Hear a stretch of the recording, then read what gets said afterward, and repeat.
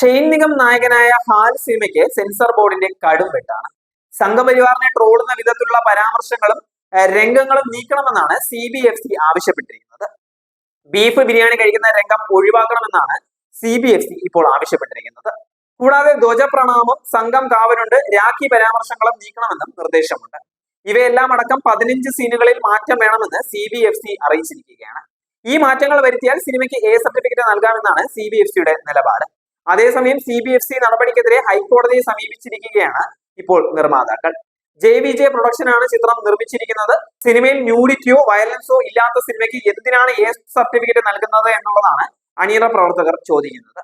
സമൂഹത്തിലെ ചില പ്രശ്നങ്ങളെ കുറിച്ച് സംസാരിക്കാൻ ശ്രമിക്കുക മാത്രമാണ് ചെയ്തിട്ടുള്ളതെന്നും ഇവർ പറയുന്നുണ്ട്.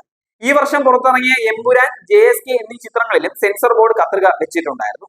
ഇതിനെതിരെ വ്യാപക പ്രതിഷേധമാണ് മലയാള സിനിമാ മേഖലയിൽ നിന്നും ഉണ്ടായിരുന്നത്.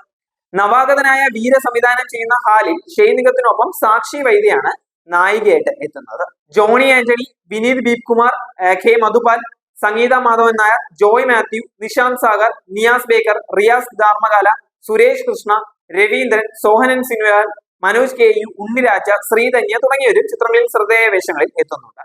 സംഗീതത്തിന് പ്രാധാന്യം നൽകി എത്തുന്ന ചിത്രത്തിന്റെ സംഗീത സംവിധാനം ബോളിവുഡ് മ്യൂസിക് ഡയറക്ടർ അങ്കിത് തിവാരിയാണ് നിർവഹിച്ചിരിക്കുന്നത്. ഹാലിന്റെ രചന നിർവഹിച്ചിരിക്കുന്നത് നിഷാദ് കോയയാണ്. ഓർഡിനറി, മധുരനാരങ്ങ, തോപ്പിൽ ജോപ്പൻ, ശിക്കാരി ശംഭു എന്നീ ചിത്രങ്ങൾക്ക് ശേഷം നിഷാദ് കോയ രചന നിർവഹിക്കുന്ന സിനിമയാണ് ഹാല്. എമ്പുരാൻ ഇറങ്ങുന്ന സമയത്തും നടൻ ദേവൻ അടക്കം സിനിമയെ വിമർശിച്ചിട്ടുണ്ടായിരുന്നു.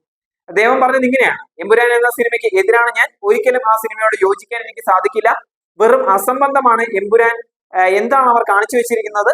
അങ്ങനെയൊന്നും ഒരിക്കലും ചെയ്യാൻ പാടില്ല. ഇന്ത്യക്കും ഇന്ത്യക്കാർക്കും എതിരായിട്ടുള്ള സിനിമയാണത്.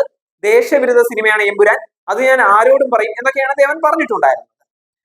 നടന്ന കാര്യമാണ് സിനിമയിൽ കാണിച്ചത് എന്ന് പറയപ്പെടുന്നുണ്ട്. പക്ഷെ അതൊന്നും നടന്നതല്ലല്ലോ. പടത്തിന്റെ തുടക്കത്തിൽ അവർ കുറെ കാര്യങ്ങൾ കാണിച്ചു. എന്നിട്ട് പിന്നീടുണ്ടായ കാര്യങ്ങളും അതിനു മുമ്പ് ഉണ്ടായതുമൊക്കെ അവർ മറച്ചു വെച്ചു. ആദ്യം സംഭവിച്ചതിന്റെ പ്രത്യാഘാതം മാത്രമേ സിനിമയിൽ കാണിച്ചിട്ടുള്ളൂ. ശരിക്കും നടന്നത് അവർ പടത്തിൽ കാണിച്ചിട്ടില്ല എന്നൊക്കെ ദേവൻ പറഞ്ഞിട്ടുണ്ടായിരുന്നു. ഒരുപാട് വിമർശനങ്ങളും ദേവന് വന്നിട്ടുണ്ടായിരുന്നു.